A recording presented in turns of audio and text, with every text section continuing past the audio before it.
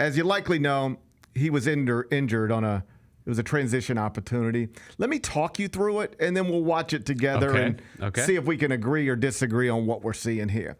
So Scottie Pippen Jr. steals a pass. He's out in front with Lu Dort chasing. Rather than lay it in and or risk getting blocked, Scottie dumps the ball off to Ja, who's trailing the play, and about to dunk.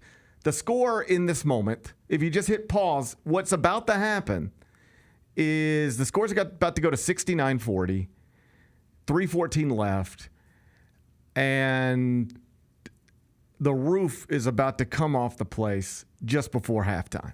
That's where we're at. 3:14 left in the second quarter. Ja's about to dunk. It's about to be 69-40. The roof's about to come off the place.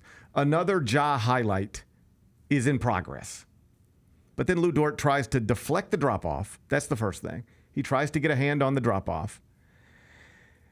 And while doing so, it appears that he slips, that he just slips. That's the truth. At least the truth as I see it, it looks like he slips. And then his body gets awkward, the way your body often does when you slip. Bennett, have you slipped lately?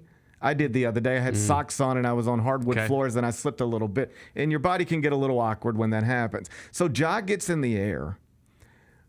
Lu Dort's body's getting awkward because he just slipped. His head and shoulder end up on Ja's thigh. And because Ja is 6'2", 175 pounds, he easily gets knocked off balance. We've known this for a while.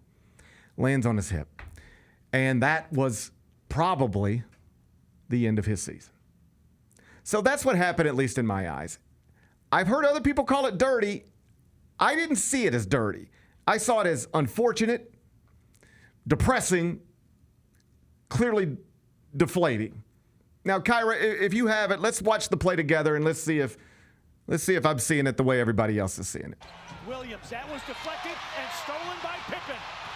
Drop off, Morant, and Lu Dort undercutting Ja Morant.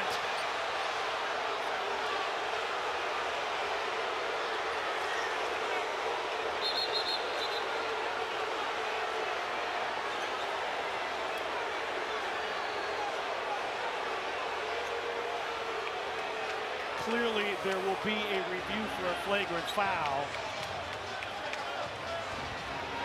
And Morant, who has dealt with any number of issues, down in considerable pain. So we stayed here for a little while. Ja Morant on the court, crowd booing. Let's watch this replay one more time. Here's a different angle of it. The foul on Dort is under review to see if it meets the criteria for a flagrant foul. Watch his feet slip. And then his head and shoulder end up in Ja's thigh. And when you're 175 pounds, you get in the air like that, any little bump, that right there. Now, I know some people are going to say, hey, look, he's still, as he's slipping, he's still trying to make a play on the basketball. And perhaps that's a little reckless, that in that moment you should understand you're slipping and not try to make a play on the basketball then, because you're creating what could be a scary situation. And I'm not dismissive of that completely. Like, I'll listen to that. But you know who that is, right? That's Lu Dort. You know what he does for a living? Plays defense. Makes plays on basketballs. His instincts are to make plays on basketballs. Like, I don't know if you're used to watching one team or the other, but that team, that one, they make plays on basketballs all the time. They are constantly trying to make plays on basketballs. And that's what it looked like he was trying to do there. It didn't look like he was being dirty. It looked like he was trying to get in the way at first. Just trying to get in the way. You know, that's like one of the basic things about defense in basketball. Just get in the way. You know, you ever hear coaches, people say, hey, hey, Zach Edey, just be big. Yeah, you just need to be big. You know what that means? It just means be big, just get in the way. Be big and get in the way. Initially, just trying to get in the way. Then he reaches to try to deflect the drop-off. Then he slips. And then he's still trying to make a play on the ball. Not because, at least in my mind, he's trying to get Ja Morant off balance or be dirty. Because it is a part of the DNA of that basketball team. They are constantly trying to make plays on basketballs. That's what it looked like to me. Big Bet Bennett, good morning. Good morning. I got 2 questions for you. Okay. Do you take issue with anything I just saw or I just said? And 2, are you bothered at all that after the officials did review all of that, every bit of it, they did decide to leave it as just a common foul on Lu Dort while Ja Morant spent the rest of the night on crutches? That's what I have the most problem with, that it was just called a common foul. Here's why. I agree. I do not think it was a dirty play. I do think it was a little reckless because I think here's what I'll say. And this is why I think it should have been a flagrant, and why I think that it's something that the NBA needs to take a hard look at, because we've talked about this before. Ja Morant's one of the most watched highlights in the league, right? He goes as viral as any other players in the league outside of like LeBron James and Steph Curry, right? Why? Because quite literally, he's a high flyer, dunks the ball, highlight plays, right? That's great for the league. That's great for the league. Him getting hurt, not good for the league. And the league has evolved in different eras. Like, for instance, the post-Michael Jordan era, they get rid of the hand checks, and so guys have to learn to defend without grabbing and hand checking, right? The Steph Curry era, guys have to learn how to, the three-point shooting era, guys have to learn to close out differently. You got to give a guy space to land. That's a new thing that players have to learn.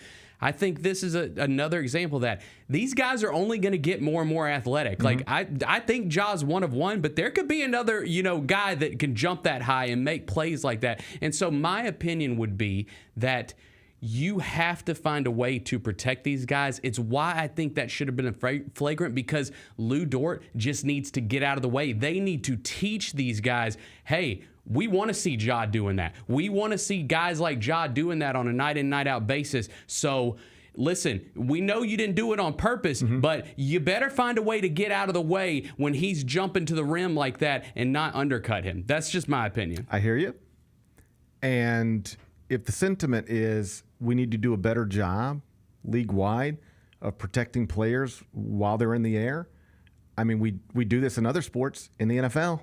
I mean, the rules have been dramatically changed there to protect receivers who can't protect themselves. That's right. All right? To protect quarterbacks who, need to be protected. Yeah, you can't touch their helmet. So I hear you.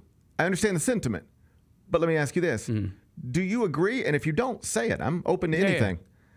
Do you agree the main reason what happened is because he slipped? Yes. I do not think he was doing anything dirty there, and I agree with you. Like, his instinct is to make a play on the ball. So how are we going to legislate slipping? Well, but the thing is, though, is the reason that I said it should be a flagrant is because even though it wasn't intentional, you're still in a bad spot, and you probably didn't have a chance to make a play at all. And that it's 2-on-1 with 2 point guards that are good at passing the ball. You don't have a chance there, so you just got to get out of the way, or we're gonna call flagrant. Just like if you accidentally close out on a guy too hard and he lands on your foot and twists his ankle when he's trying to shoot a three, that's a flagrant. That's a fair point. That's a fair point. I don't know that I agree completely, but you're making fair points. My issue would be that, like, he slipped, and if you want to further punish somebody for slipping, then that is what you're doing on some level. You're further punishing somebody for slipping. The Gary Parrish Show, live weekdays at 10 a.m.